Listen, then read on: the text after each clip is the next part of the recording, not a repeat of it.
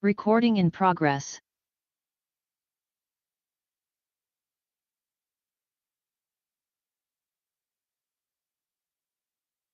Call the meeting to order. Can we have the clerk call the roll? Fullerton, Here. Christensen, absent. Chin, Here. Brummett, Here. Scott, Here. Rodriguez, Present. Newman. Here.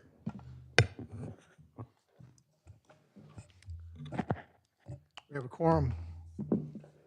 The invocation tonight by Reverend Easterline, is that correct? Esterline, I'm sorry. Trust me, I get it all the time. Okay. You wouldn't believe some of the things I get called. It's an honor to be here. Thank you very much. Just wanted to toss out, you've probably heard this one before. 1 Timothy 2, 1-4 is some scripture that I think applies to all of us. It says, first of all, then I urge that supplications and prayers, intercessions, and thanksgivings be made for all people, for kings and all who are in high positions. Recording in progress. I'm sorry? Automatic. That we may lead a peaceful and quiet life, godly and dignified in every way. This is good, and it's pleasing in the sight of God our Savior, who desires all people to be saved and come to the knowledge of the truth. So, we offer supplications and prayers for this meeting. We pray. God of justice and mercy, thank you for the gift of life and the opportunity to serve Recording in progress. the people of Charlotte. Help us all to act with character and conviction. Help us to listen with understanding and goodwill. Help us to speak with charity and restraint. Give us a spirit of service.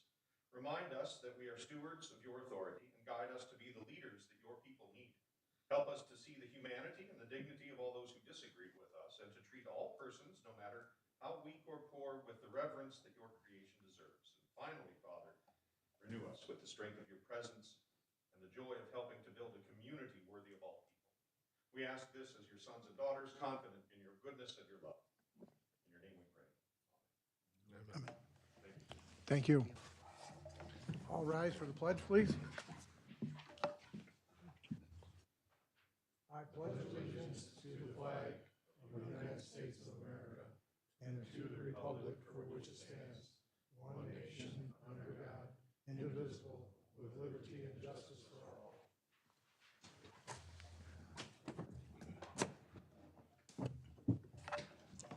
Okay, first thing on our agenda for tonight is the minutes of the December 29th, 2005 special meeting.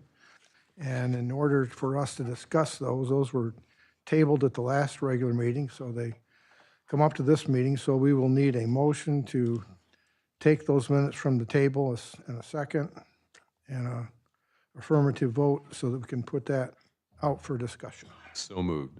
Second. Moved and seconded. All in favor, say aye. Aye. Opposed? So the minutes from that meeting will now be on the table for discussion. And I think all of you got, in your packet, you should have got Councilman Rodriguez's proposed changes. What I'd like to just make sure everybody understands is that in order to do something more than a change in the minutes of a date or a name or something small, these things will all, everything we do, we'll have to have an amendment. So this will be, anything we do is going to be an amendment to the minutes, especially when we're striking something that the clerk has put in there, because these are her minutes, and then these are amendments to her minutes. So just remember that there's going to be a lot of motions and discussions and things like that. So right now, the motion stands that we approve the minutes as read, and then they were tabled, so we need to go from there. Is there any just more discussion? Well, I guess for clarification, are we planning to just kind of hit point one, see the additions that I wanted to be made, and then are we voting on that and then moving to point two? Is that how we're working through this? That's the only way we can do it. Okay. Everything, because it's such a broad change. It's not just anything else with the minutes. If everybody agreed on it, a name or something, all we do is it's consent, it's a unanimous vote and nobody questions it. So if anybody was, I'm sure this would be questioned, so you might as well just start where you want to start. But you know, you got a sentence you added there, and then number 2, you're changing some wording, and then number 3, you're changing some wording. So go where you want to start, and you'll need to make an amendment. All right, well, my first would be just to add the green part from part number 1. So for point number 1, we'd remain the same. We would just add after being made, period, a comment that I made, which is Mr. Rodriguez sees this list as representing Mr. Hilliard's thoughts during his entire time in Charlotte and not just the weeks leading up to his resignation. So this is just a point that I made in that meeting that I would like to see recognized in the minutes. So my motion is to add the words after being made. You're going to amend the motion to add that sentence. I'm sorry, say again. You're going to amend the motion. It's an amendment to the motion. The motion is to pass, so you're going to make an amendment to the motion to pass these as read. You're making an amendment. Correct. Is there a second to the amendment? I'll second it for discussion. Open for discussion. I just had an opportunity through the Michigan Municipal League on Thursday with the city paying for that class. And I listened to all of the discussion. Some of it was real hard to get through, but a lot of good information. But the most intriguing thing was the Open Meetings Act. And it was pretty lengthy. And then there was an opportunity to speak on things like this, being the minutes. As all my time on the Planning Commission, I quite often would look at the minutes and say, well, it seems like there was more that went on in the meeting. But the truth of the matter is that state law, along with that of the Open Meetings Act, states that the minutes are very to the point. And so the only thing that really leaves is people need to come to the meetings to hear the words we speak, hold us accountable for what we say, and then therefore we don't say anything that we won't stand before after the minutes are written or taken down. And so therefore, I see no real benefit in the overall to make changes. I just want that to be known. I see no benefit to question what the clerk says when she takes the minutes by legal definition. Point of clarification. Am I allowed to ask Mr. Berman a question? Mr. Berman, will you be voting against all of the proposed amendments? Honestly, as of right now, I do believe that's probably the case because we can go back to minutes from the day I started, and there's probably something that was left out in something in the past, but it wasn't something that made a change. So, Great. If I could also ask another clarifying question? Yes. What are the total number? Do we have to have just a majority vote? Because there's 6 of us up here today. Do you have to have like You'd have to have 4. you have to have 4? 3-3 is a tie, and a tie is a defeat. Okay, so would it be now a good time to ask if there's at least 3 people who plan to vote against all of these? Or should we still intend to go one? Point of order, Mayor. Go ahead. For us to ask how we're going to vote before we vote is out of line.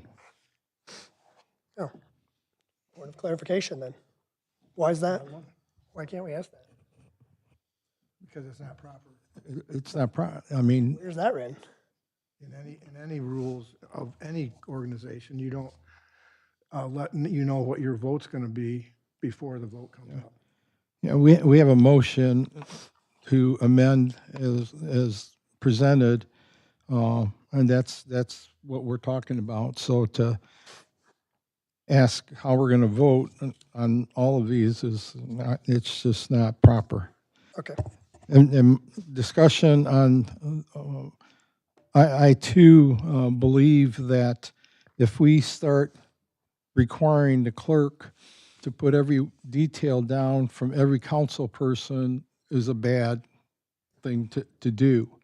You know, the requirements of law as far as minute taking and what needs to be recorded has been followed by the clerk, and the clerk knows what those rules are. For us to begin putting everyone's reasons and changes and whatever opens the door to, I mean, if Mr. Rodriguez is allowed to do it, then, you know, I guess all of us will have the right to, you know, put our things down as we see them, and I just don't think it's a good thing, and I too will be not voting to amend the minutes as presented. More discussion? Mr. Newman? I attended the same training that Justin did on Thursday night, and during that, the minutes were a pretty substantial topic that they talked about, and the requirements. There's only a few requirements that are, you know, and I don't have my notes from that training, but, you know, the date, the attendance, there's a very limited amount of information that's required in the minutes. Being detailed as they are is nice, but usually it's just the high points of discussion as to, you know, what, you know, the emotions were and if they carried or not, and that sort of thing. So going into great detail on this, on some of the meetings that, you know, councils had, both current and past, you'd have, you know, an encyclopedia for minutes if you recorded everything that was, you know, said during those meetings and so forth, you know. So that's just my input is from the training. It was a very limited what you had to by law record on the minutes and not get into the weeds and the muck of, you know, every little thing that everybody said. Mr. Rodriguez, your motion, did you have something to say? Well, yeah, I think some context is appropriate at this time. First of all, I've been here for 4 years, over 4 years, and never once have I moved to change the minutes. Okay, so let's be careful that the suggestion I'm hearing so far is getting every detail and writing down everybody's lines and fixing the minutes every time. I've been here 4 years. It's never happened. This was a very important meeting to which the information, I believe, didn't quite grasp it. And I'm not saying that's on the clerk. We talked very fast, being able to remember what everyone says, while at the same time running the meeting that you guys know all kinds of technology things weren't working properly that day. Okay, so it's not on the clerk, but this is an important enough meeting. I thought I should grasp a little bit more of the points that were there, not to mention some of the stuff that wasn't actually said or talked about and some of the things that are incorrect in the minutes.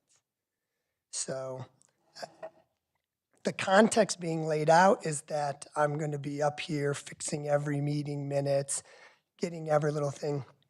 There's 2 pages, and these 2 pages are in what, 14 font? It's not really 2 pages. A lot of the information is the same. We moved the numbers and a handful of sentences in total added. Very minor changes, not major changes. Mr. Chin, did you have something? No, I'm ready to vote. I'll just say, when I first saw this, I was shocked, I guess a little bit, because to me, it made our clerk look bad, and whether you meant to that or not, but a clerk, in all the time I've been around, doesn't take friendly to somebody picking away at their minutes. It's like a good way to get in trouble.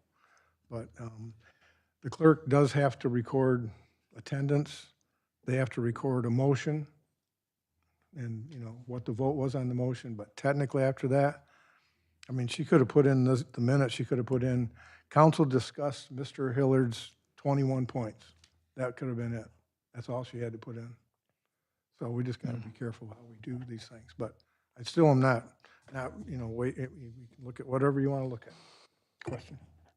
I'd like to respond to what you said. Sure. So one, on the day of, I made it clear that that wasn't the intent.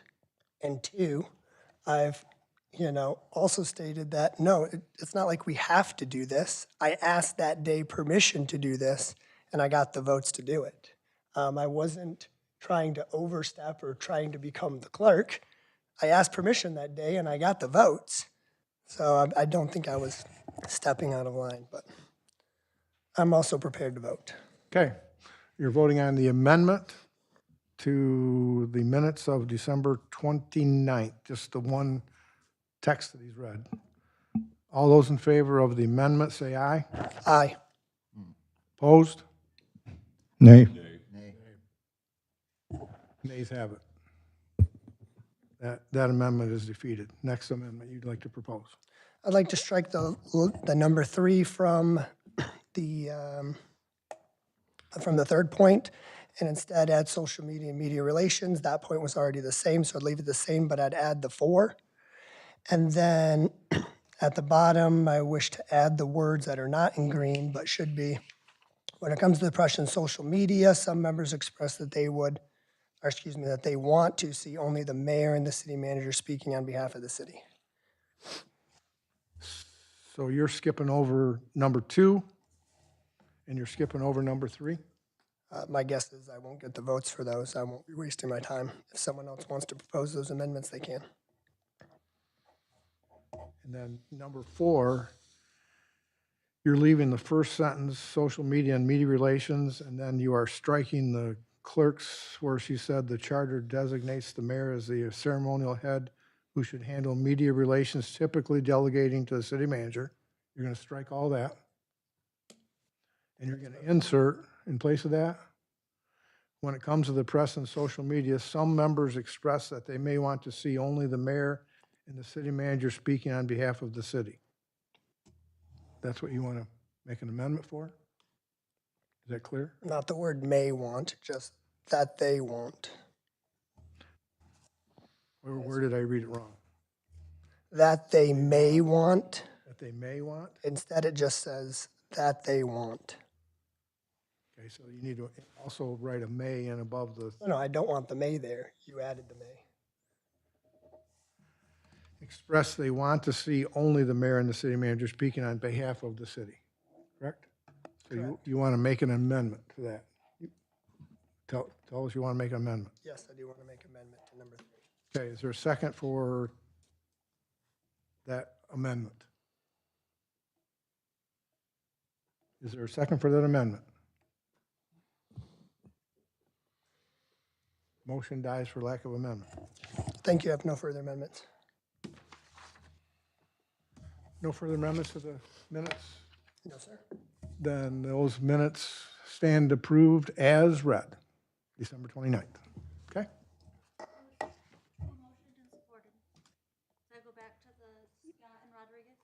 Yeah, it's the same motion. It was just on the table and then it came off the table. But do we still have to vote on the whole thing or no? What's that? As written, we did. What? We did as written, the You amendment don't have to vote on afterwards. it because of unanimous consent. Well, does the record reflect that I'm a no vote? No, it does not. If you're a no vote, but I looked and said if anybody was against it, nobody's saying. So we will take a voice vote again.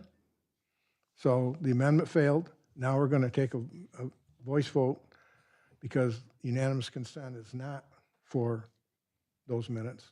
So we'll take a vote on approving December 29th minutes as written. All those in favor say aye. Aye. Aye. Aye. Any opposed? No. 1 nay. Okay. Move on to the January 12th special regular council meeting minutes. Is there a motion for approval? So moved. Second. Moved and seconded. Any discussion on those minutes? January 12th. I saw no errors.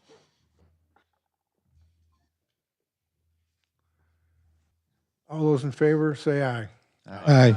Opposed? January 12th meeting minutes are approved as printed. January 20th special council meeting minutes. Is there a motion? So moved. Second. Moved and seconded to approve those as printed. Any discussion? If not, all those in favor say aye. Aye. Opposed?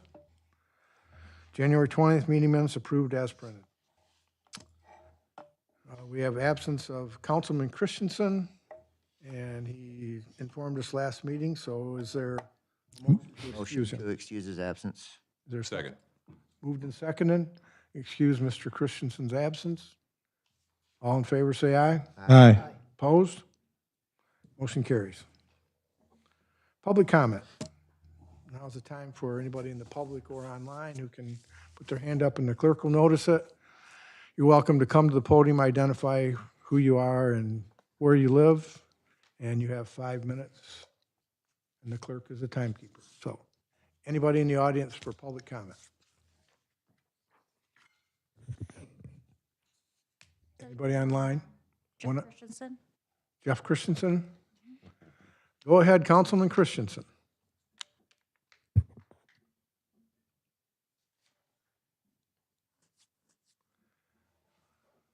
Can everybody hear me okay? Yes, we can. All right. The sound system is great. I can hear you all very well. Greetings from 25 below Zimmerman, Minnesota. Hope you all have a great meeting. And I just wanted to chime in and let everyone know, because now I'm on the other side of this and I was kind of curious how all the new stuff was working. And I would say Michaela is doing a wonderful job running everything there. So hope you all have a wonderful meeting, and we'll see you in a few days. Thank you. Thank you. Thank you. Anybody else online? Jody Pruden, would you like to speak? Hi, can you guys hear me okay? Hi there. Yes, we can hear I you. just would like to say that it has been mentioned in the past that there's seem to be a lot of things that are missed in the meeting minutes, and I have noticed that myself. I understand, as being a secretary of an association myself, how hard it is to capture everything. However, sometimes there are some important things that are said, and I would like to see in the future maybe a little bit more detail in the minutes if that's possible. I'm not saying we should go back and change what there was, just that would be helpful. And I think after it was brought up, it got a little bit better. So I just wanted to say that there is some important stuff, and anytime you want to know something, you got to go back and listen to it. But what's on record is what's on record. So there are some things that maybe could be expanded upon a little bit. Thank you. Okay, thank you, Jody. No one else? Moving on to approval of the agenda. Is there a motion to approve the agenda as is, or is So moved. there a second? Second. Any discussion on approval of the agenda? All in favor, say aye. Aye. Any opposed? Agenda is approved, which takes us to communications and committee reports. City Manager Hilliard. Thank you, Mayor Lewis, and thank you, City Council. As normal format, we have the goals and objectives listed in the manager's report. We're making a variety of progress on everything. I won't take the time to go through it in detail. The one item I will mention is streetlight review update. That was a objective of the City Council. I did have a meeting with Tanya Martin from Consumers Energy Street Lighting, Senior Project Coordinator. We evaluated all the streetlights from a technical or comptroller perspective, if you will. And from there came up with a couple of numbers for council consideration over a period of time. First of all, that if we convert the normal lighting, and there's a variety of subjects and a variety of categories, but if we take some normal lighting and then convert it to the LED equivalent lights, it would cost the city about $438,565. Now, there's derivatives within that could be considered, but the percentages are about the same. The operational annual streetlight charges savings would be $23,265 if you invest the money in and then you get that over a 19-year period of time, you can save money. It's not a lot of savings. That's the bottom line. However, you can look at the data, and maybe there's some savings there that might be valuable, but it's really small. I did want to say that I've dealt with this in the past. Streetlights are just as sensitive, and I know Justin will appreciate this, as trees and sidewalks. Streetlights are really sensitive to neighborhoods. So if the council is going to pursue it, I would encourage and recommend that dedicated staff go towards being point on this. Also, continue to work with Consumers Energy on the data to see if there's other savings that I'm missing, and also assure that the process is communicated with the neighborhoods. It's just a very sensitive topic. I don't see the big money changes, but again, I was glad to go through the research. I have a spreadsheet available, and glad to help. Beyond that, again, there's a lot of progress we're making, including the room, and I just want to thank council for the report, and please let me know if you have any questions. Thank you. Any questions for the manager?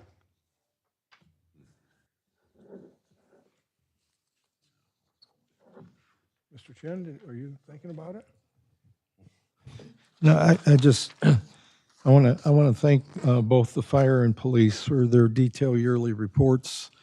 And I was very interested in hearing from the fire department where we have gone up significantly, significantly in the number of calls. And whether or not, I'm not sure what's causing it, but maybe some community education on fire prevention might be needed at this time.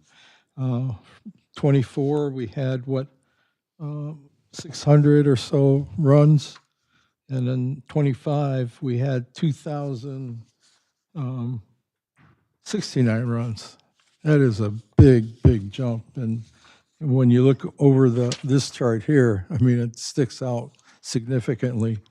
So what's your thought on that, Chief? Sure. We actually started back in March of last year responding to all priority medical calls within our coverage area. So that is the big increase. We've spoke a couple times at different council meetings and rural meetings about the significance of those run numbers. The majority of all the runs are handled by the full-time personnel because it's a medical call or something like that that we typically send one or two on. However, there's multiple of them. Sometimes they do become a cardiac arrest, so it takes more staff to respond, and that's where we really rely on the volunteers to backfill in those spots. We've had as many as 5 medicals going on at once. But that is the true reason of why we have so many runs now. Yeah, we went from having 70 runs a month to just shy of 200. Yeah. Well, and we're maintaining it with the same number of firefighters, so good job there from that standpoint.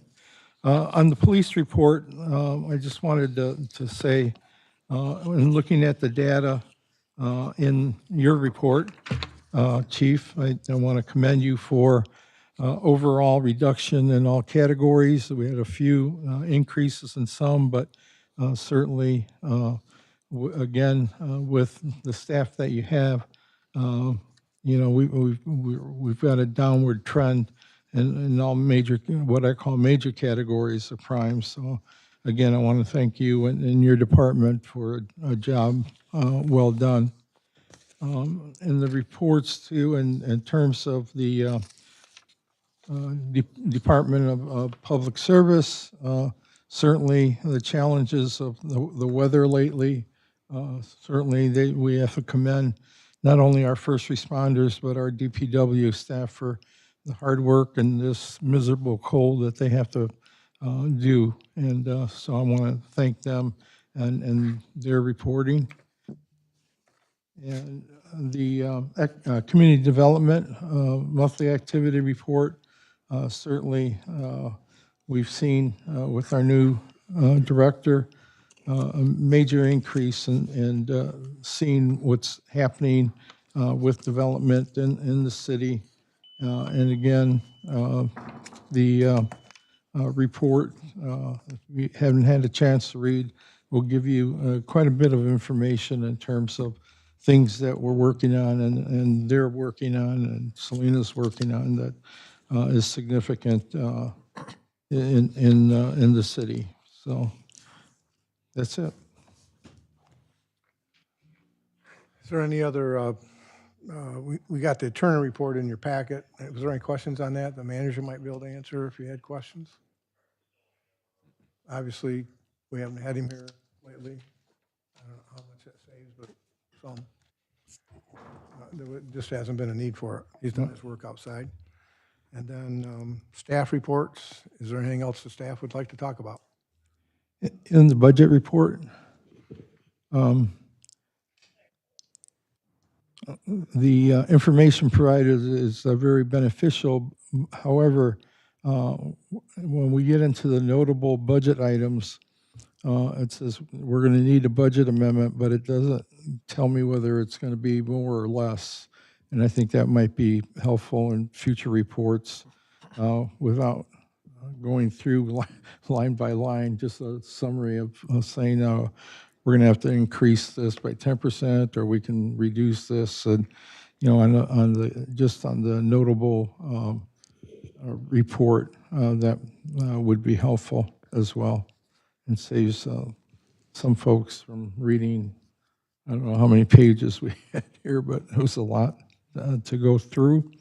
There was one line item that I was questioning, is that we had this is the Brownfield Redevelopment Authority Fund, city manager.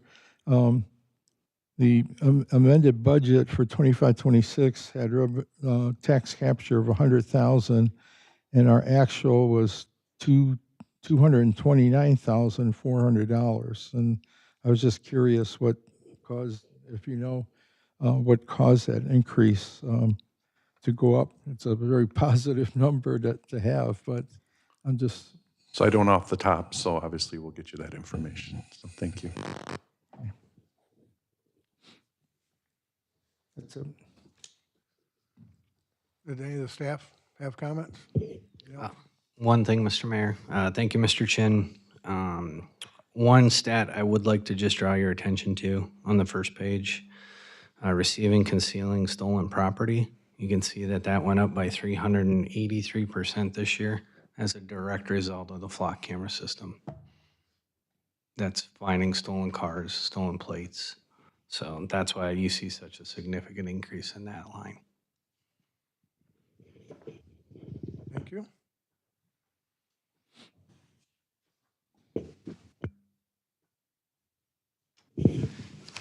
And just another clarification too, with all those medical runs, our fuel bill is actually right in line with where it has been always. Our medical supplies, we've rebuilt that relationship with Eaton Area EMS. So we're not spending a lot on medical supplies because they reimburse us for what we use on their calls, basically. So at the end of the day, it's a lot of work, but the outcome of lives being saved and better treatment to the people is what's really coming from it. Anything else? And you got your second quarter financial report. That's what you said was so lengthy, 70 or 80 pages, I think. Something like that. A lot of reading. No other questions about staff? You got them here if you want to ask questions. I think we have our new clerk in the back room, don't we? Back of the room. There she is. Okay, on to the consent agenda then. On the consent agenda tonight, there's a bunch of items. Approved claims and expenditures totaling $477,916.91. Second one is approve a 6-month extension with Microtech Services Incorporated for Information Technologies. That's at the same price that we paid the first 6 months. Approve the 3-year contract with Biotech Agronomics Incorporated for a biosolids land application contract. That comes out of the wastewater treatment plant. Approve the Harris Hog Farm lease for farming on the industrial park property. Approve the DeRocha Family Farm lease for farming of the airport property. And approve mayoral appointments of 2 of them. That would be Councilman Newman to Camp Francis and Robert Hartwick to the Planning Commission to replace Councilman Brunt. Any questions on any of those? Move to approve the consent agenda. Second. Moved and seconded to approve the consent agenda. Any other discussion? There is no discussion on the consent. All in favor, say aye. Aye. Opposed, the same. Didn't catch anybody on that one, did I? Opposed, the same. Could have said aye. Brings us to the business agenda. Consider approval to direct staff to prepare establishment of the proposed emergency vehicle and services special assessment. And you have it spelled out in front of you of what's on that special assessment. A lot of work has went into that, only because I am on the side of knowing what goes on in a lot of that. So is there questions on what we're asking to be done here? This is what the motion I made before, and this is what it's gonna be prepared like this ahead of time, so that we know what's gonna be spent. So when they get in a bind of, when the police cars need to be bought and we're still messing around trying to prove an agenda or not, they're already in this special assessment. And I guess probably the biggest thing, I've learned on this is that I'll be able to take this to somebody and say, if there's something you don't like about the special assessment, here it is. Just mark on there which ones you want me to take off. Right. You want me to take off the fuel? You want me to take off the ambulance that we have to pay for, of $78,000 that nobody knows about? But if we don't pay that, we won't have an ambulance service in town. That's just part of the contract. So that's the part that I like about this, is it spells it out.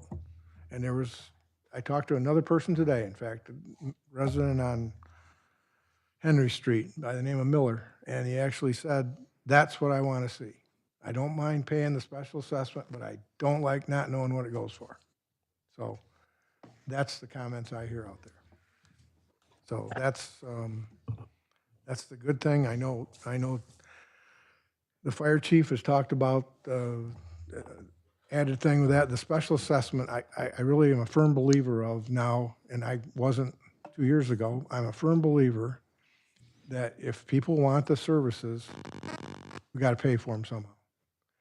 And where I saw that just in the last couple of weeks was an elderly gentleman fell at the Edmund Apartments out in the parking lot. It was one of those days before this cold spell, but it was about 10 below zero. There wasn't an ambulance within 15 miles.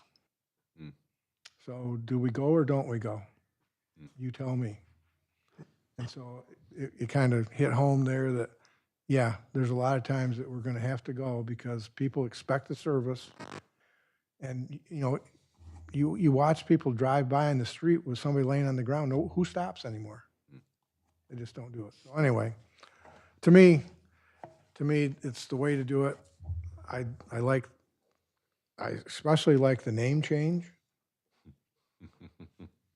because it's everybody. It's the police, fire, ambulance, and there may be some DPW stuff someday that is an emergency. So that's my 2 cents worth. Other discussion? Mr. Chin.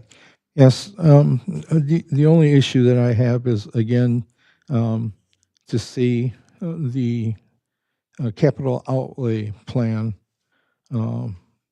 long-term, because, that's a lot of money in those categories without any detail. So I'm hoping, I'm not opposed to approving, but I'd like to see, again, at minimum, a 5-year asset management plan that would include the equipment that not only is covered under this, but across the city departments. Okay, I don't think that's, I think it's, in order to get those numbers, they had to write it out. So Yep. it's easily available for right now, but you're right. You've been asking for the 5-year plan for what, 3 years now? Yeah. So you're only going to get a 2-year plan, is that all right? Other discussion? I'm looking left. None? would agree with the fact that, quite often the name is everything. What you tag something with sometimes gives the feeling that is going in a certain direction. And so appropriately distinguishing the fact that it's not just for the fire department and that the police is laid out in here and that it's for the benefit of all residents and all departments which service those residents as it's laid out here. Did we have a motion on that? We have not had a motion yet. Is there one available? I move to approve and direct staff to prepare the establishment of the proposed emergency vehicle and service special assessment fund as presented. Is there a second? A second. Moved to second. That was my fault for not doing that. We discussed it ahead of time, so. Put that discussion after that for us, please, clerk. Thank you. Now that we've hit the discussion portion, Go ahead. But yeah, I speak just it- wanted to speak say, into your mic. I agree with Mr. Chen. When I read this, I thought, I almost felt it was implied that we were moving toward that 5-year plan. So anyway, I just wanted to make that clear. Okay. Anything else? I'm in favor. I'll be voting in favor of this. I think it accomplishes some good things. With that said, I think that the idea that the special assessment and where the money goes was previously unexplainable is just, it just doesn't seem correct at all to me. It's so obvious, like a certain amount of money comes in, the fire department had a certain budget, and 85% of that was covered. You can go line by line through the previous budget that already exists, and you could say, what do you want to cut? That money is the same. So I really don't see that accomplished. It seems to me that this whole thing came about because of other reasons and those problems didn't actually get solved. So the bottom line is the community needs a special assessment. It's not possible for this group to vote against it. We need the money to pay for services, period. That's my only comments, thanks. I'll just look at the police chief out there who probably has a different opinion because now it does, like I told you, if he's going to buy vehicles this year, the money will already be approved. And then we won't have to go through that when he's trying to buy vehicles and the time frame and all that. So explain how that works, how this helps you. Yeah, it's dedicated funding that is there, that is going to help us accomplish what we need to accomplish. So it's a good thing for everybody. And if it was just a fire fund, then they wouldn't be involved in that. Now this includes the fire and the police. It's a benefit to more than one department. We want to have a longer discussion about this, we can, but quite honestly, a certain amount of money came in to help pay for a certain amount of expenses. And the money's just been shifted. How are you going to pay for it? That's the bottom line. Okay. Any other discussion? Mr. Mayor, got one more comment. Okay. Just a clarification, because there has been a talking point on this in the past. You can notice the fire department numbers are very specific, precise numbers. And that's because that is not our overall budget for that line item, but we've deducted the rural's percentage of what they're going to pay since they use the fire service as well. So this is only the city's portion, not the rural's, and that's not our overall amount that we're going to spend in that category.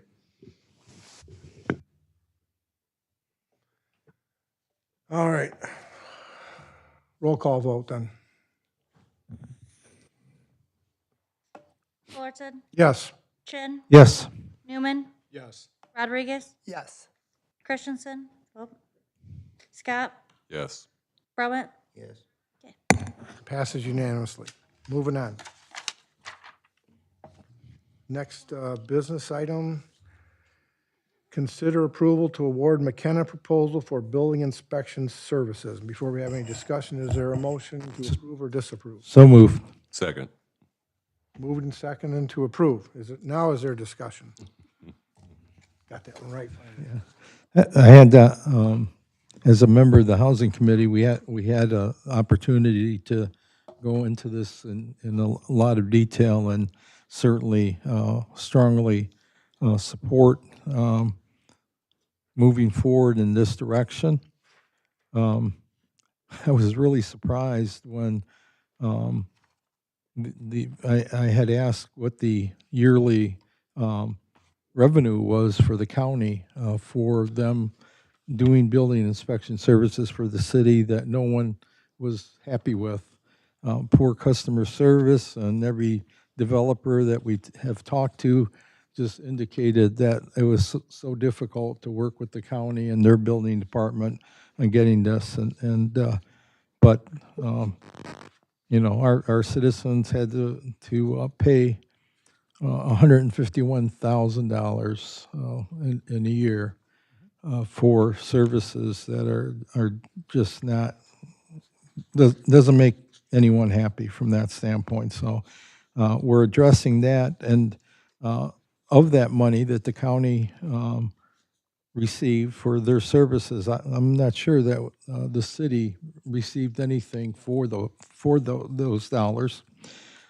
This proposal, based on an estimate, and I know that the original percentage that was going to be given back to the city was less, and through the hard negotiations of both the chief and deputy chief, we ended up getting a little bit more from that standpoint. And certainly, I think it's going to work much better than what we've seen in the past few years. I have a question about the, what is the long-term intention for these services? Will we need to, continue to hire this group, or eventually are they helping us get everything set up and then eventually we kind of function on our own? Yeah, the overall start here is to have it within the city's purview, so we're using a third-party company. What the future holds from that, it really probably what the building market does and everything else from there, but we really anticipate a good relationship here where the city is going to have some control in what's going on, and actually Sam has walked in here. If you got any direct questions of how their company normally operates when it comes to that, but we anticipate a long relationship here. I just want to reiterate that it took some convincing, but even though we're contracting this out, it's going to have a look and feel of being very local. This is going to feel like a local operation, and the citizens will not grasp that it's contracted out, I don't think. Thank you. And as we Give indicated, them a little bit of information on where somebody's going to get a permit and all that.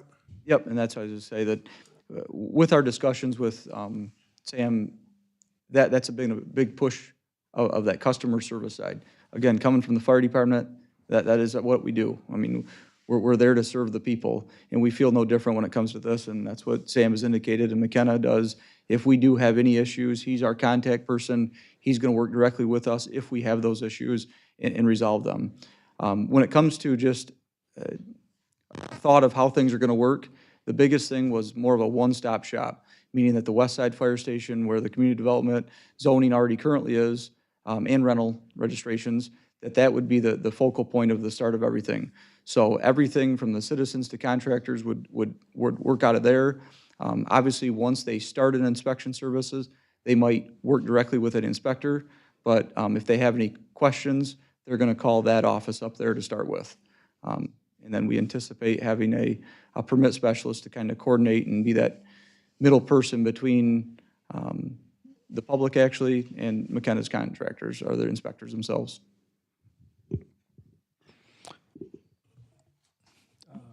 Who was first? Mr. Rodriguez?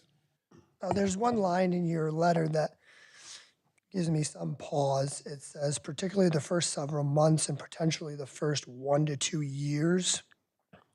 This position will represent a cost to the city.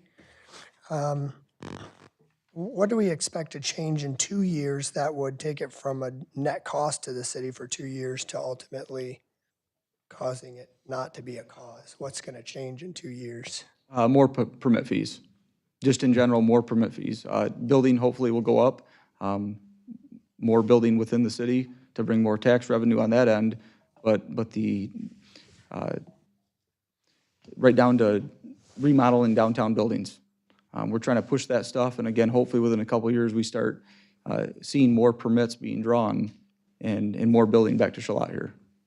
All right, so is it accurate to say that as a result of the building, permitting not being done in Charlotte has led to a net, people just not requesting it because it's too much of a pain to actually deal with?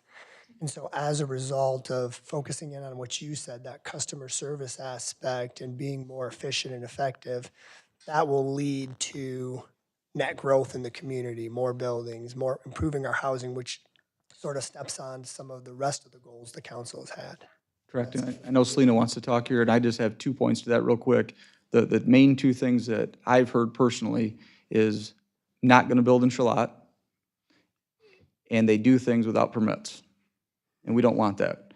We don't want to drive people away because at the end of the day, it's the safety in mind of the permit. So it's not about a fee that's recovered. It's about making sure everything's done safely. Yeah, and I just want to talk about the housing side of things. Within my first week here, one of the things I immediately heard was our building services are the biggest barrier to development in Charlotte. I've been told by numerous developers and housing organizations they have not developed here because of how difficult it is to work with the county. The county does not provide very good feedback as to why they're denying things. They do not provide consistent information through the entire process. And a lot of developers we're working with are coming out of Lansing, and so they're having to drive down to Charlotte to go back up, to come back down, and that's just not amendable for a professional schedule.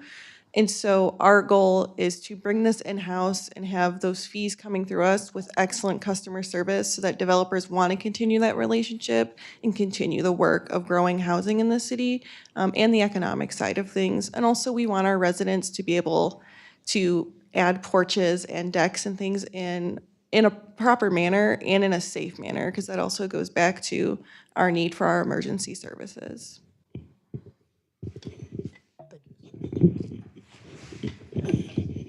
One more point, Tiger, are they going to also do roofs and windows that weren't being done by the county? Correct, yeah, further discussion of that, but that point was already made of the issues that we currently have, the issue that we have with this building after a roof was done, as well as why windows are so important for egress and things like that, and we would anticipate them discussions to lead right down that path, yes. This, what is the length of this first contract will be, do you know?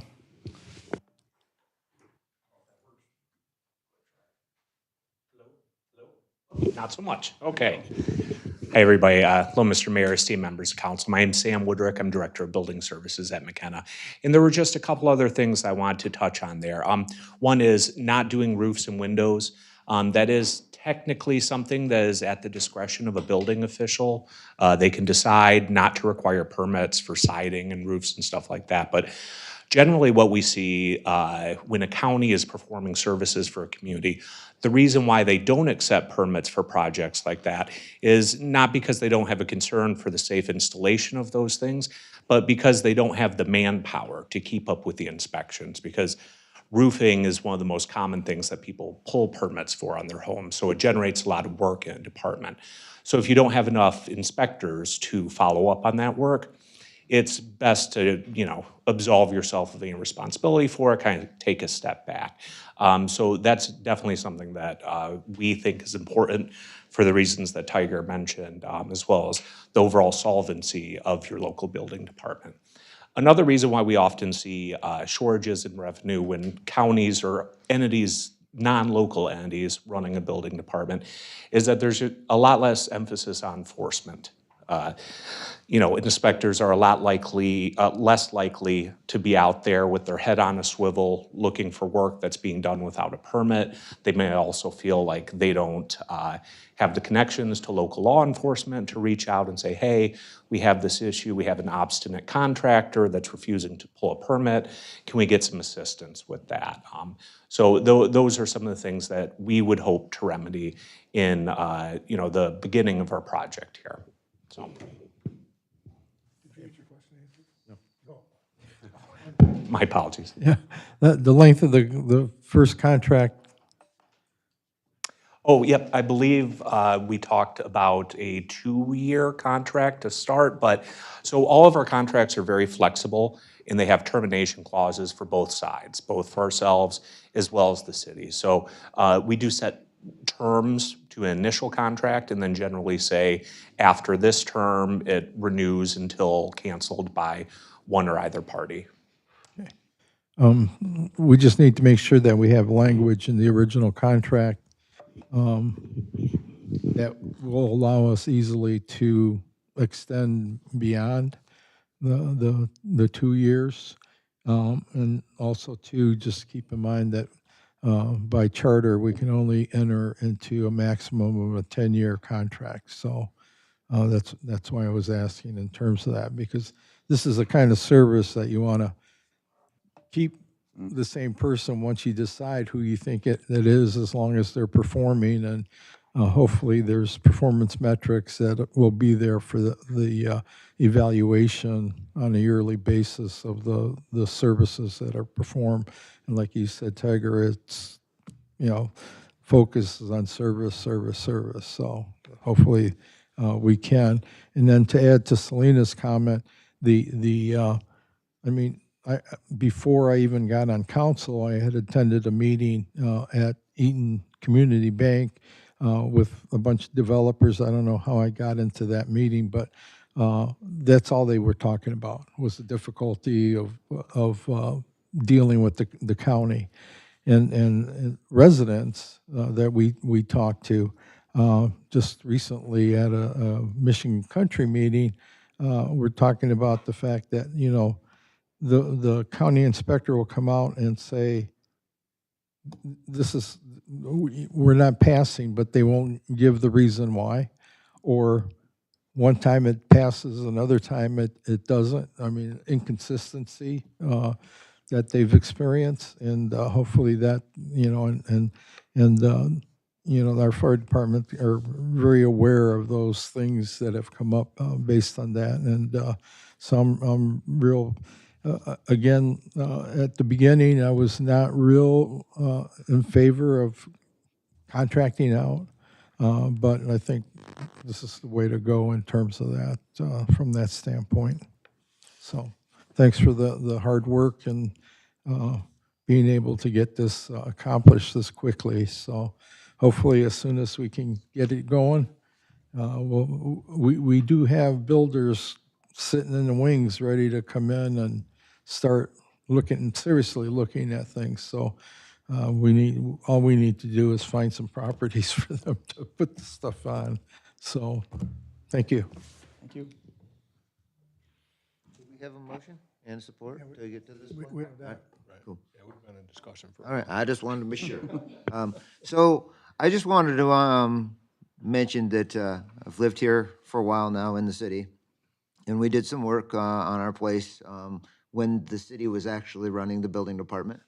And it was nice that we had code enforcement people on staff at the time that were able to make it easy to come and check the holes for depth and the concrete footings, the construction and all of what was supposed to be done to code and following those rules and regulations.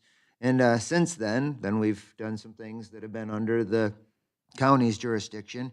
And it definitely was challenging, but not impossible, because building code is building code no matter what. It's state ran, if I'm not mistaken. So therefore, that doesn't change at all. But the unavailability of some of those people. But on that note, I do have a, working friendship with one of the people who actually happens to be head of the county and the construction code department. And we were having a conversation at one point, I'm new, so this was on the docket prior to me even getting into the seat. But we're having a conversation, and he stated that he really wasn't approached as far as in his capacity to try to correct anything that would have made this not an issue at his level.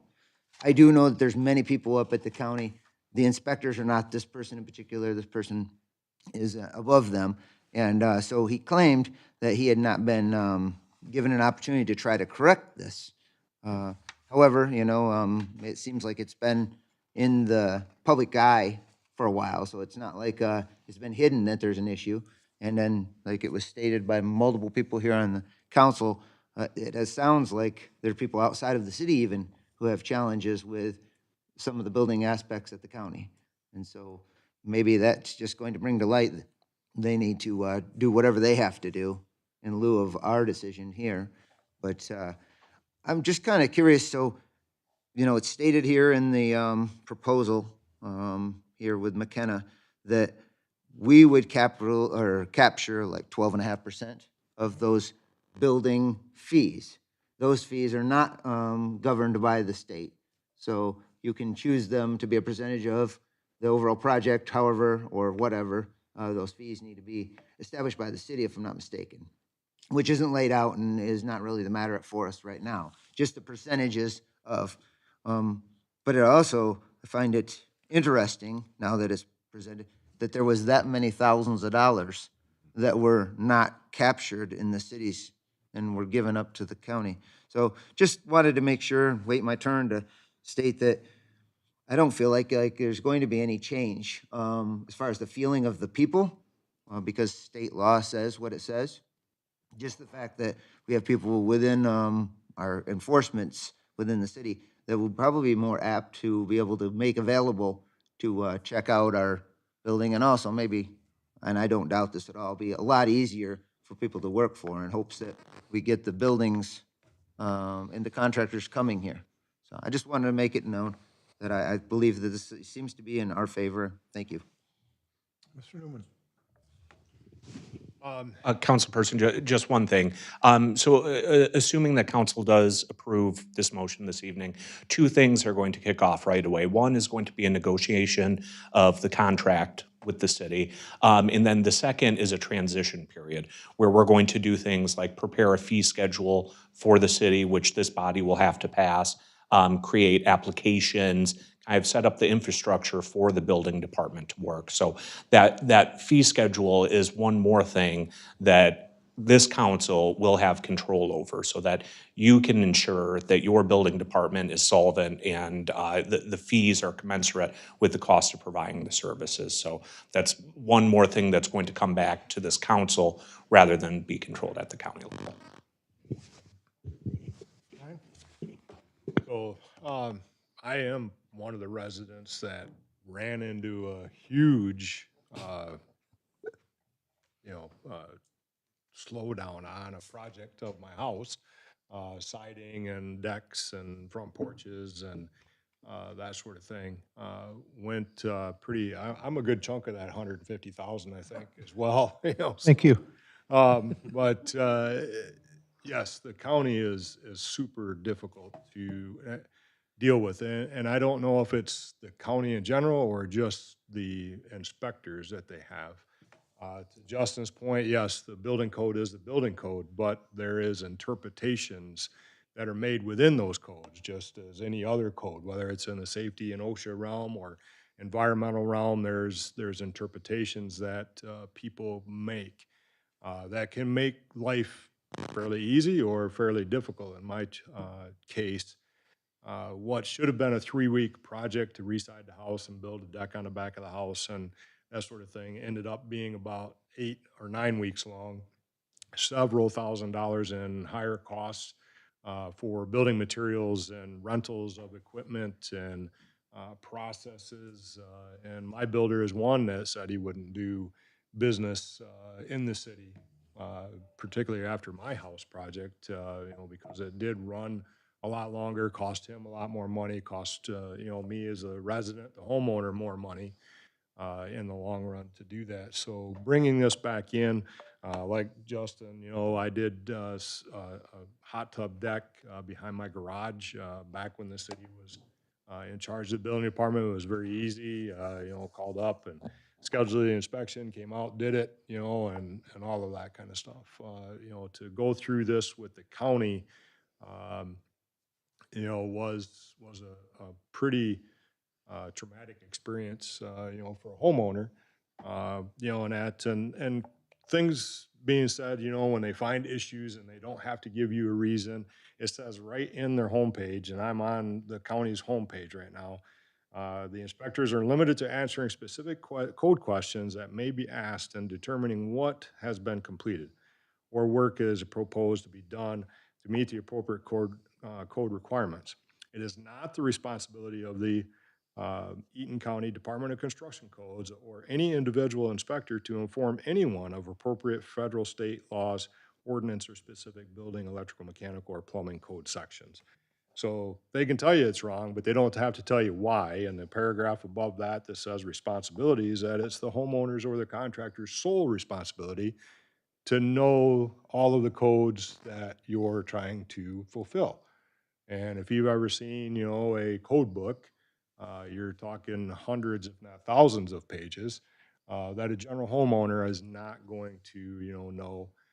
Licensed builders are licensed builders. They go through the training through the state licensing. They perform and show that they can do the project and the work that's being done and that sort of thing. But I am fully, you know, in support of this coming back to the city, just because I know, you know, what it was, and I think we can get back to that as well.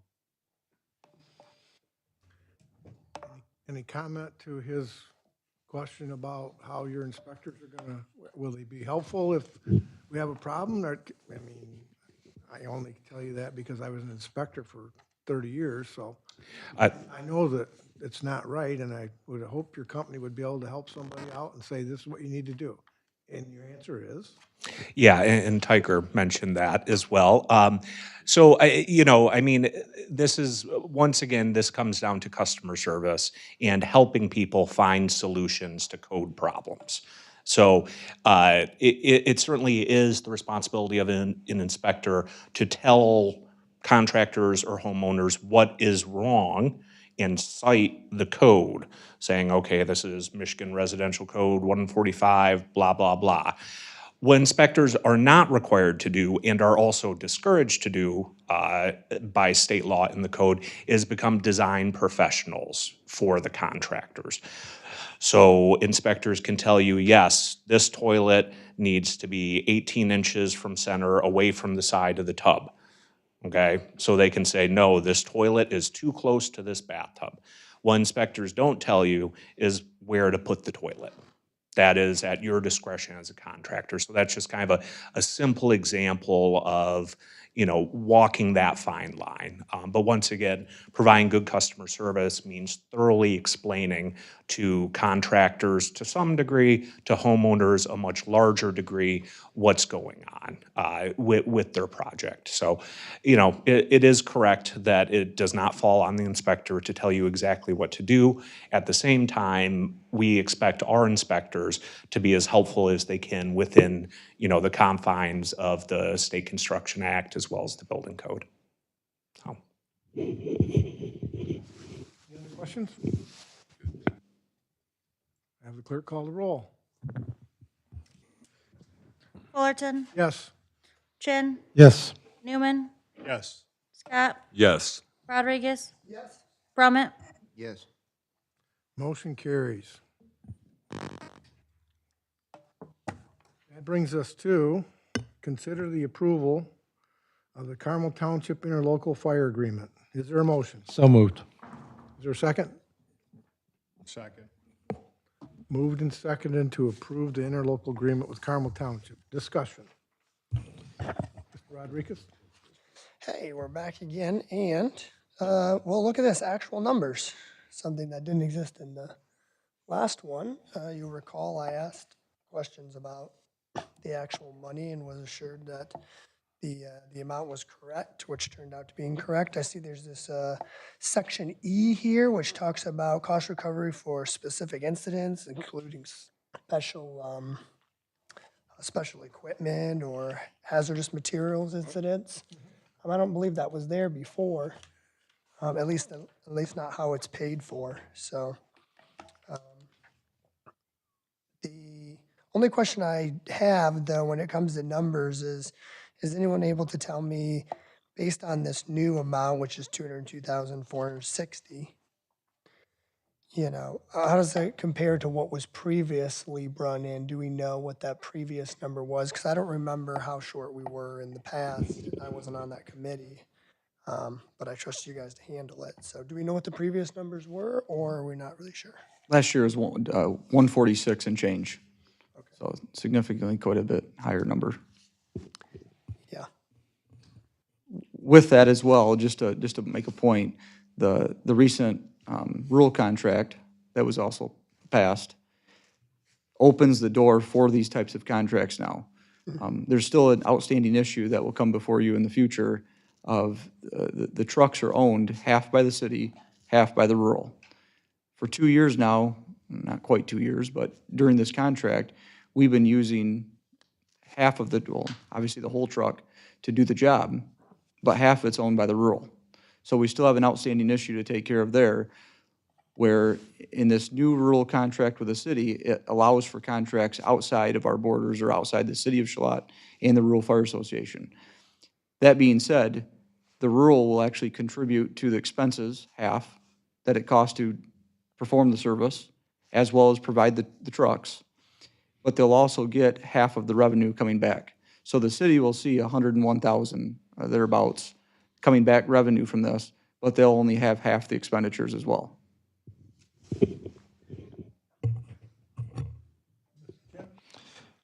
So I'm asking this because when we first passed the agreement with Carmel Township, we were assured that this was thoroughly reviewed and accepted by the fire department. We found out later that it had not.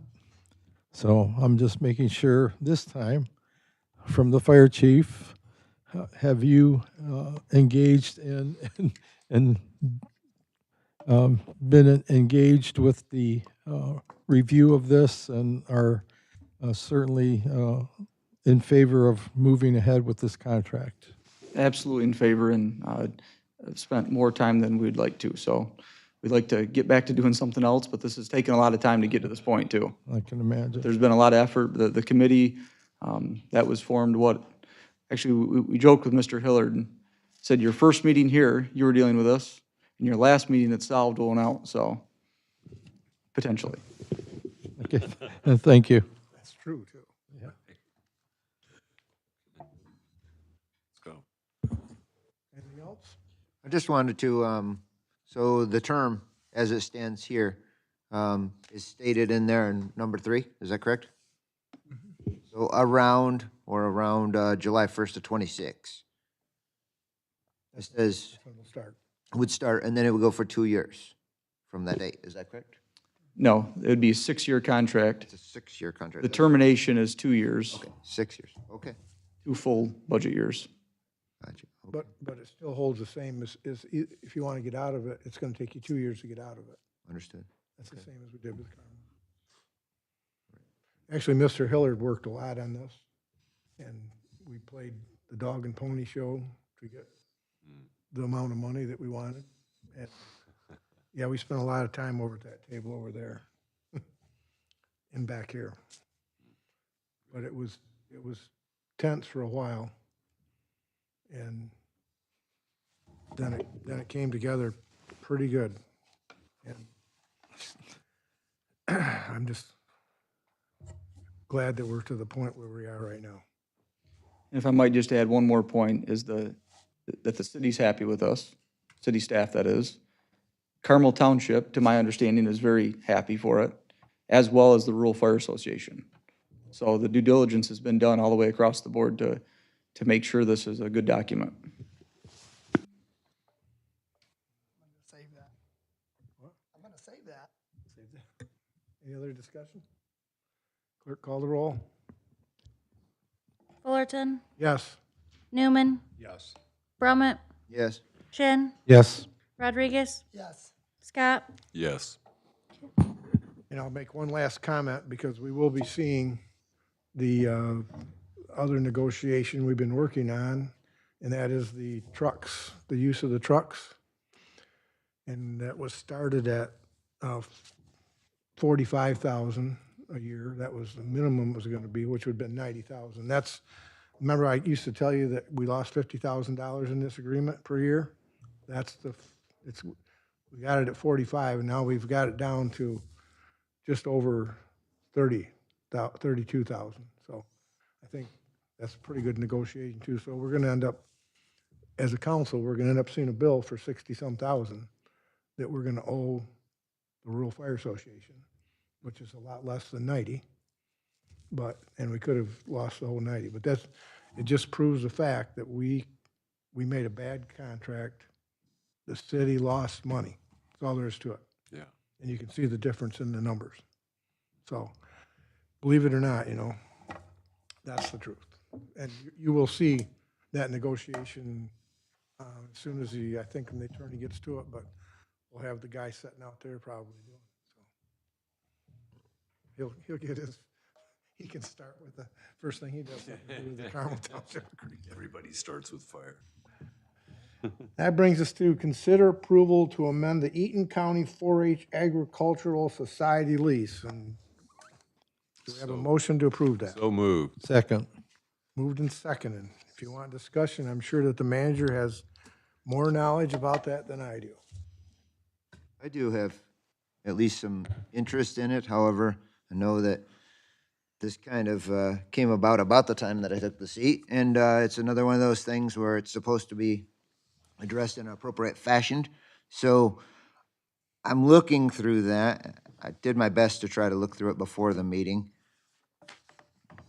Can you talk about the terms of this particular use and the choice of use and that kind of thing? Like, I'm looking for a length here of the time in which this will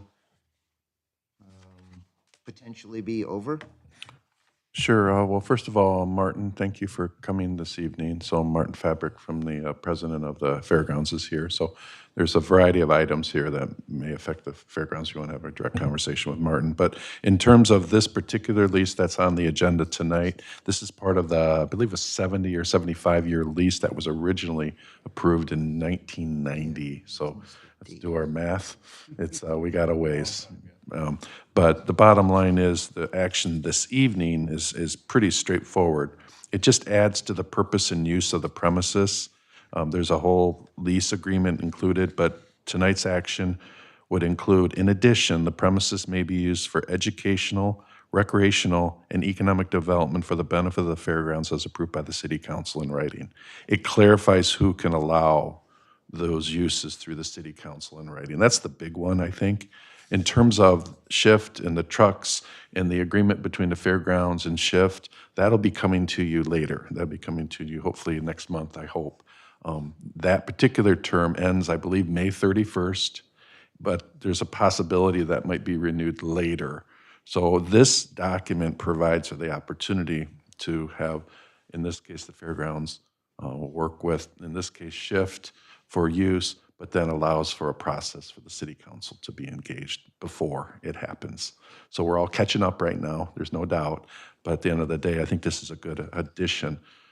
Now, I'll also say this, probably needs to be some broader issues with the lease or development of the lease itself. It's in the 90, it was developed in 1990, it needs some improvements, but this action right now is intended just to get us through this particular issue.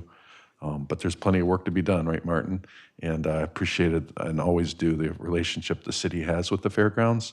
Martin's been just top drawer to work with me on this particular issue. So Justin, this is for the remainder of the 70-year lease, and then you'll be later on dealing with another issue between Shift and the fairgrounds regarding the truck issue that's out there. Does that make sense? Yeah, I have just another clarification point. I don't want to take away from anyone else who may. So I know there was, as I understand, was a pretty lengthy lease agreement that had been established years ago, but it was that long ago, too. I'm sure the verbiage may be different from today's way of choice when it comes to legal matters. Do know that they're sometimes challenged with things like the trees that are down there, because then it falls into a whole nother category. And would this help them with that also? No. Or it's not? Okay. No, not off of the gate. And again, it's just, art form and how leases are developed. It says the city shall.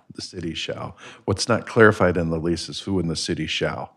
So that's been interpreted. So what this does is lays out in this case, who would interpret this part. I would imagine if we go to a lease amendment, the removal of 2 dead trees on the plan could probably be done administratively, right? But because we don't know that, and because we want to be clear and precise, we're asking council to review this, the other piece of this tonight. But again, the future lease should clarify some of these points, I would imagine. And there's other points too. Thank you. Mr. Rodriguez. I just want to say too that I too appreciate the partnership that we have here. I think it's obviously very beneficial for the city. And then I also want to thank Mr. Hillard for working on this. I think you did a great job. I'm glad that you took the reins here and got this done. That's exactly how I envisioned it being done, and I'm glad you did it, and you did a great job. Thank you. Anyone else? I should probably say something about this. I've waited for quite some time, it seems like, for this. This is a second attempt at this contract, and it has the words that, I should say, the magic words that we were looking for the first time. So, thank you. All those in favor of the motion to accept the amendment to the fair agreement, say aye. Aye. Any opposed? Motion carries. Continuing with the fair, it's on the fair to provide the city a schedule of their events each year, which you have in front of you, going from January 19th to December 21st. I didn't count the number, but as you can see, there's a lot of them events. Some of them are more than one day. So the fairgrounds is used a lot. That's a for sure thing. Is there a motion? So moved. Second. Moved in second to approve the fairgrounds fair schedule. Any discussion? My only discussion on the matter is that I would agree with the mayor's statement that it's being utilized. There's not much room in their schedule, and there's even mild overlap, which is great. I mean, it's a large chunk of property within the city that is probably utilized more than many other large chunks of the city. So thank you, Martin, for you and your board and all of what's required to do that. All those in favor of the motion to approve the fair schedule, say aye. Aye. Any opposed? Motion carried. Which brings us to the third thing to do with the fairgrounds. As silly as it sounds, but the contract does say that we have to do this. They have 2 dead trees, and they want the city to approve removing those dead trees. Is there a motion? So moved. Is there a second? Moved in second to allow them to remove 2 dead trees. Mr. Mayor, Yes, sir. just making a statement on the record that if I do have the luxury of helping with this, we will discuss that between myself and the fairgrounds.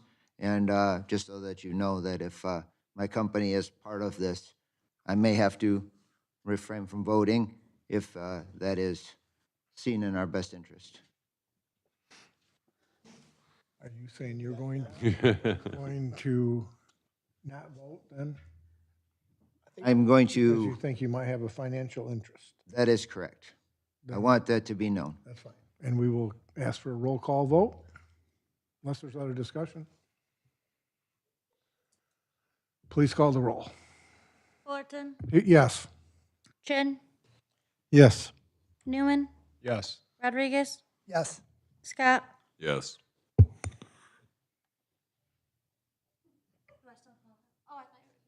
He's going to say abstain.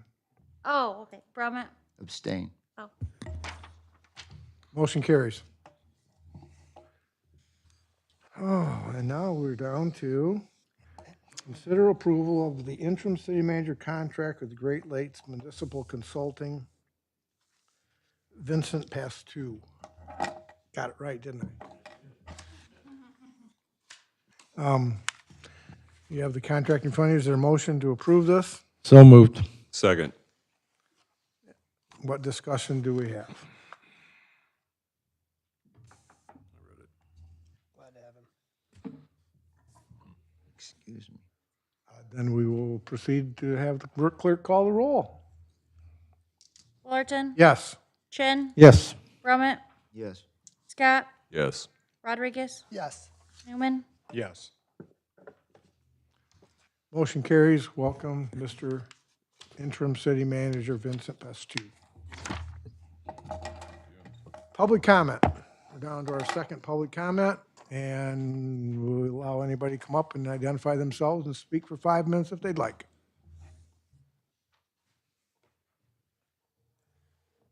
John Lowe, 114 East Lovett.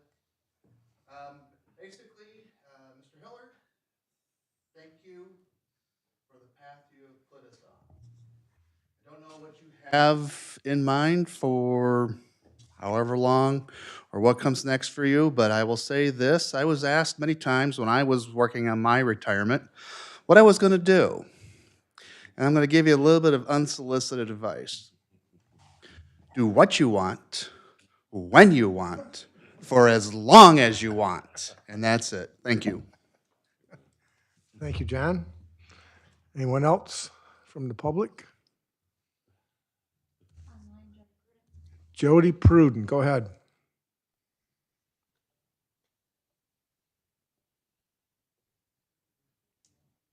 Can you hear me? Yeah, okay, now you should be able to hear me, right? Yep, we can hear you. Okay, I just want to say that this business agenda was phenomenal. It does several different things, and one of them was it shows how much has been done with the board and the problems that have been solved because of some issues with the commission, the council, but overall, it's to the benefit for all of us. I will make a comment on code construction. Thank God it's finally happening.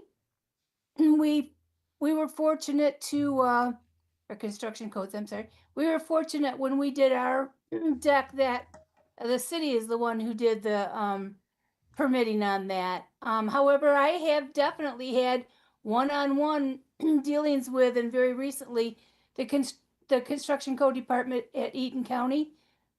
And they do not have a clue what they're doing with some of this stuff. They have over $1 million in their, call it rainy day fund. But they think they needed to raise prices because that $1 million wasn't even enough, even though that could carry them through for a year.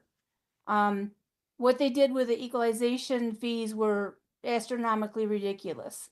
So getting that to the city is phenomenal, and I understand exactly why people say they have had issues dealing with them, because the issue I'm dealing with, they don't have a clue what's going on. So thank you for all of those things. They're wonderful, and I guess that means we're just going to keep trudging on ahead, doing what we've been doing for the last year, since year and a half. And I got to give a lot of thanks to Mr. Hillard, and to say I hope you're still going to be around, and that we can only be lucky enough to get somebody to fill your shoes. Thank you very much. Thank you, Jody. Anyone else?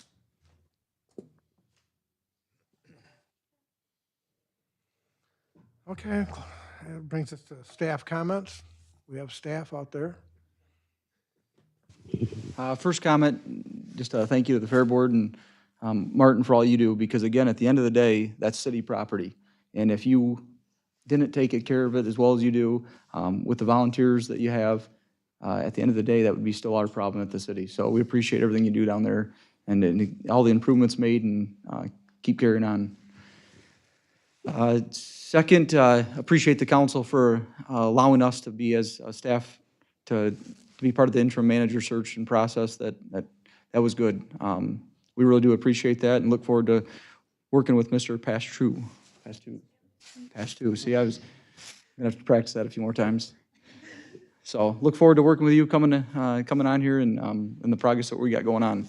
And that finally leads us to Mr. Hillard. I appreciate all the work that's been put in. What most people probably don't know, in the short time that you were here, I think you at least attended 4 volunteer meetings and addressed them. Obviously, in the short past here, there's been a lot of issues there, but that was a great leadership move, and at the same time, it really has helped out that transition and where we're at today. So thank you.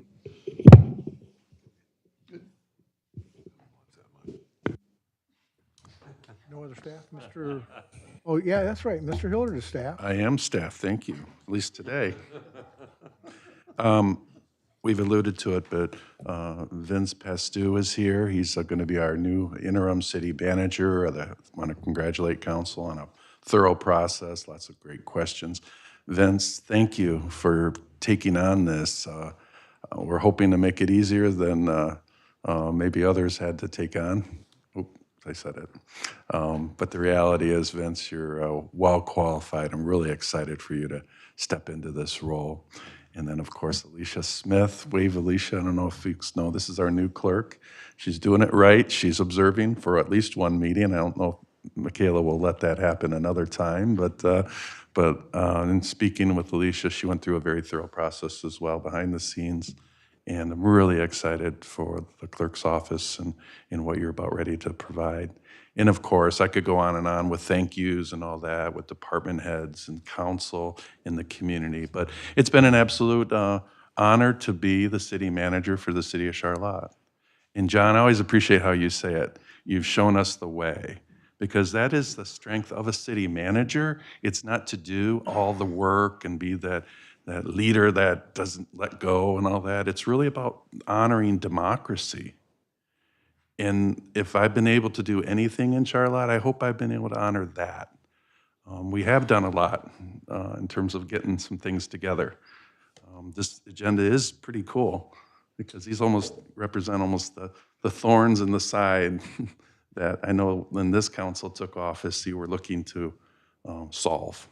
And hopefully we've done that, at least put it in the right pathway.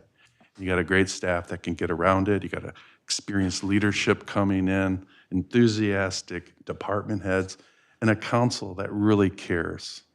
You know, we can be critical all we want, but at the end of the day, I've said it a million times, every one of the council people who are here and serve before you, they care. They care desperately about their community. And you've stepped up to be a part of the solution. So I want to thank you for that. Yeah, we're always going to get in a little bit of tussle now and again, but you guys care, and I just want the community to know that, staff to know that. I really appreciate the council and their opportunity to help me learn and grow, even at this part of my career. Thank you. And Mayor Fullerton, we appreciate your leadership. Again, thank you for helping me be a part of Charlotte. And that's it. Thank you. By the way, this is my last meeting of City Council, so if you didn't know that. So. Unless we call one the rest of this week. What do you think, Michaela? What do you think we're in? Shouldn't Well, have next said that. time you're going to have 2 replace. Michaela's likely Is not. that a here. challenge or something? I'm not. I would never challenge you, sir. I think that we're ready for not having other special meetings, though, if I may say. I guess the new guy coming out, right, can say that. So, anyways, thank you. Thank you. Mayor and council, we'll start down here to Mr. Scott. Thank you, Rob. It's been a pleasure. It's been almost entirely a pleasure, so that's great. You've done a great job. Thank you for coming, all of you. It's great to see people in these seats, and doesn't this room look good? Yeah. That's all I have. Mr. Chin.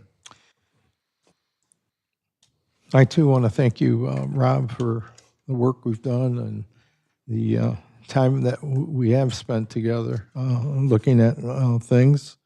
And certainly, I think our wives are planning something.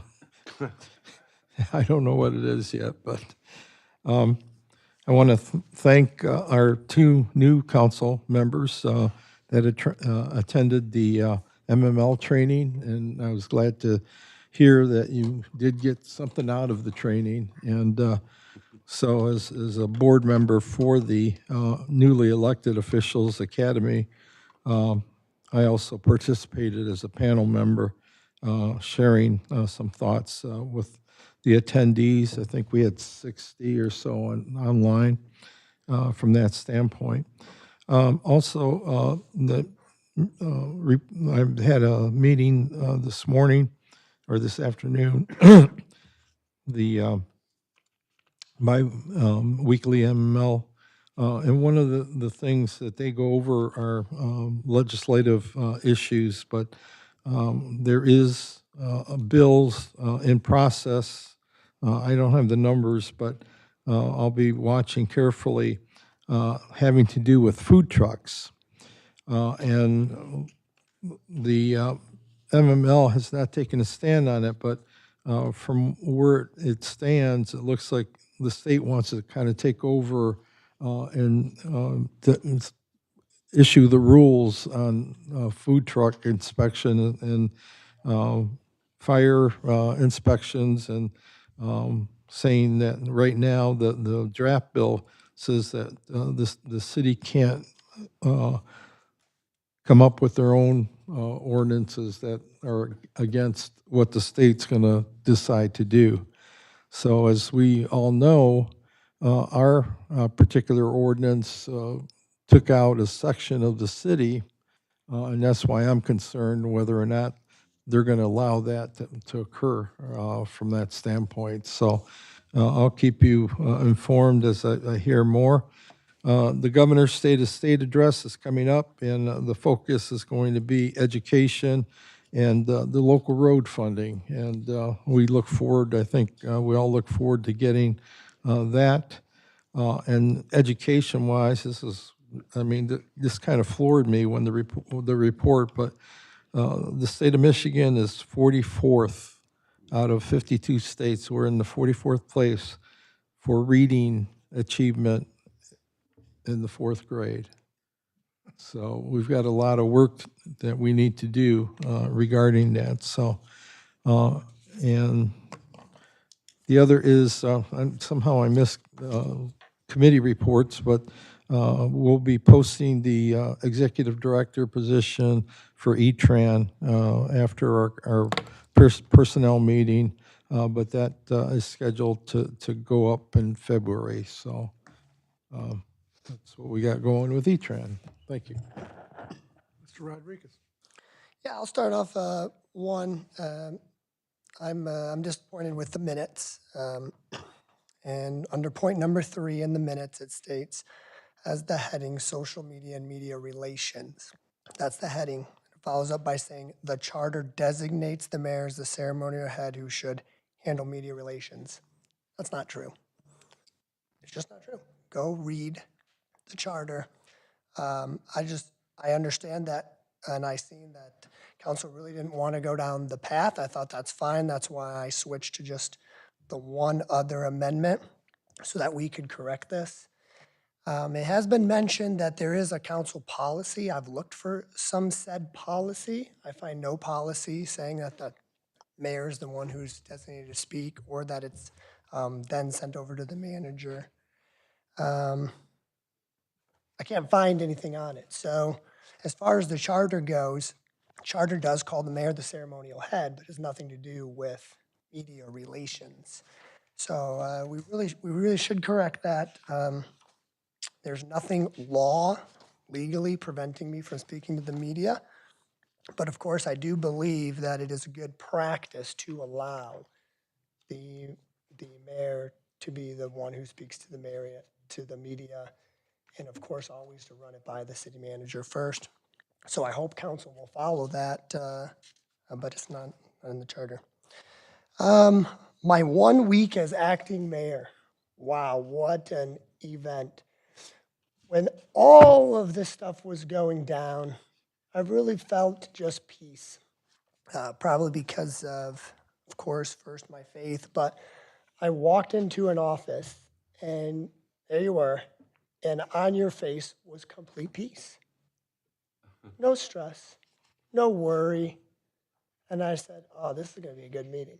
And you sat down and you didn't tell me what we should do. You let me be the mayor, you know. And it was immediate that we were on the same page. And that leadership right there, I think, was just amazing, just amazing. There's a task in front of us. We handled the task. And having a city manager not, was fantastic because that just fit my personality great. So we worked great together. Whatever you do next, you're gonna do great at it. So I appreciate you. Thank you very much. Mr. Newman. Thank you to the audience and the people online for attending. I'll echo Chief Fullerton's sentiment as far as a volunteer firefighter and your visits, to our meetings. They were great to have you there and to set that precedence, for the future city managers to come up and talk to us and that sort of thing. The little bit of time that I've been here as far as this seat for I think 3.5 meetings, it's been an experience. Thank you for what you've done and that sort of thing. That's about all I've got. Well, I was going to try to hold this and then I'll forget. So, Mr. Hillard, I was there in the beginning before they decided to actually hire you for the position, and I may have been one of the most difficult people within the city at public comment to just kind of make sure that you knew how I felt as a resident. And then after that, coming into this position and prior, I do believe we had multiple great conversations. You are one person who knows when to not say things. And I think sometimes there's statements out there that sometimes the ones who keep their mouth shut are actually the best people. And I feel that you definitely have that quality about you. You know when you're not supposed to say things, and there's probably a lot to be learned from that. And in addition to that, I sure wished that we could have somehow made this day not have to happen. But at the same time, Mr. Pastiu, I believe that we've got plenty of opportunities before us with your help to kind of bridge this with what Mr. Hillard has left us with and what you offered during interview. So thank you, and thank you in advance. On to the matters that were discussed this evening. I think this is one of the best meetings that we've had thus far. I do believe that it's becoming more and more evident to those in the public within the city and even further. Because remember, every one of these recorded meetings can reach far beyond even the coastal lines of the United States.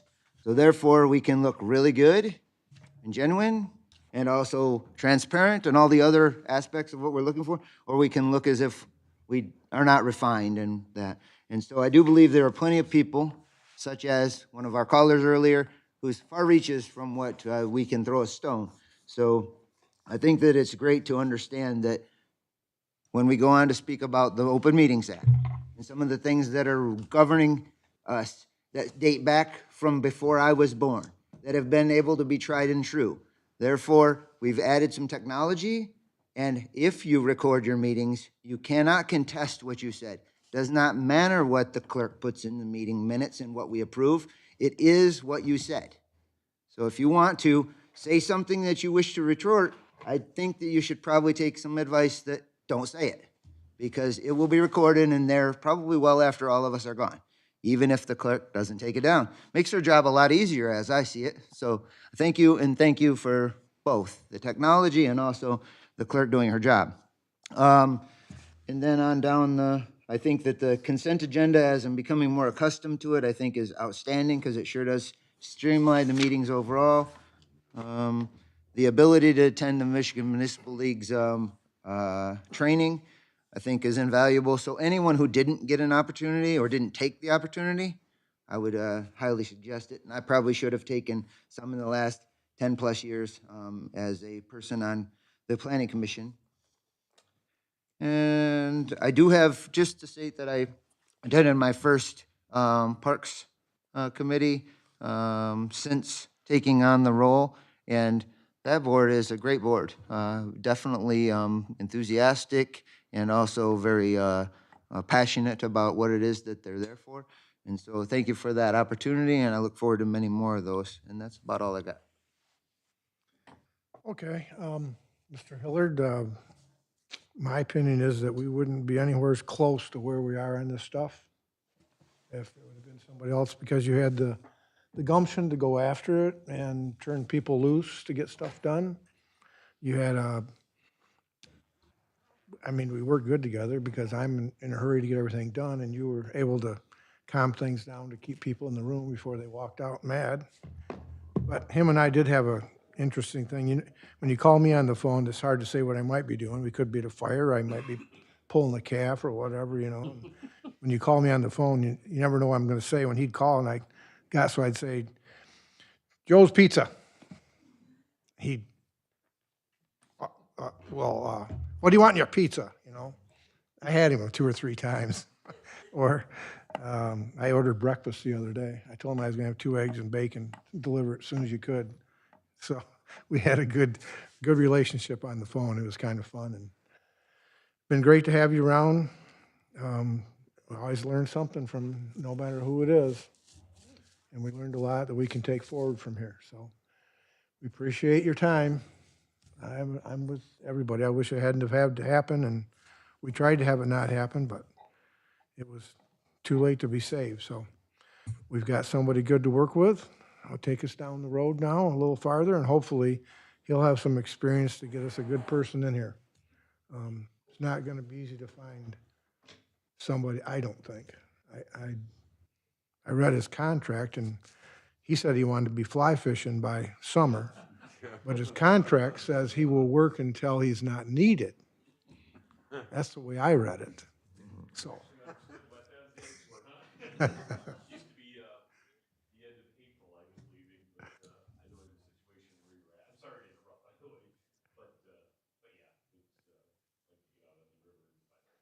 Yeah, so he's going to be trying to help us find one. So with that, motion to adjourn? Motion. Second? Second. All in favor, say aye. Aye. Aye. Meeting adjourned.